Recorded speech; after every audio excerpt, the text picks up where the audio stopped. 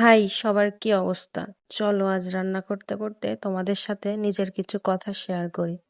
যারা আমাকে কাছে থেকে চেনে, আমার আত্মীয় স্বজন, তাদের এমন একটা অভিযোগ, আমি মানুষের সাথে কেন কম মিশি, কেন তাদের সাথে কথা বলি না।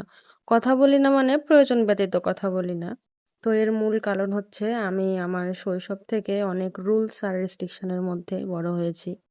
আমার সেরকম কোনো কাছের সঙ্গী ছিল না।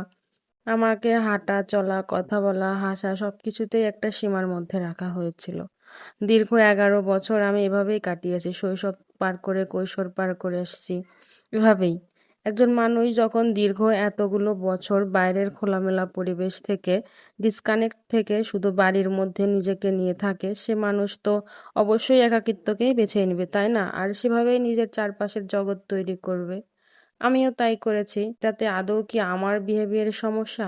আমি তো এভাবেই বড় হয়েছি, তাহলে আমার বিহেভিয়ার তো এরকমই থাকবে। তো যাই হোক, সেদিন মাংস নিয়ে এসেছিল।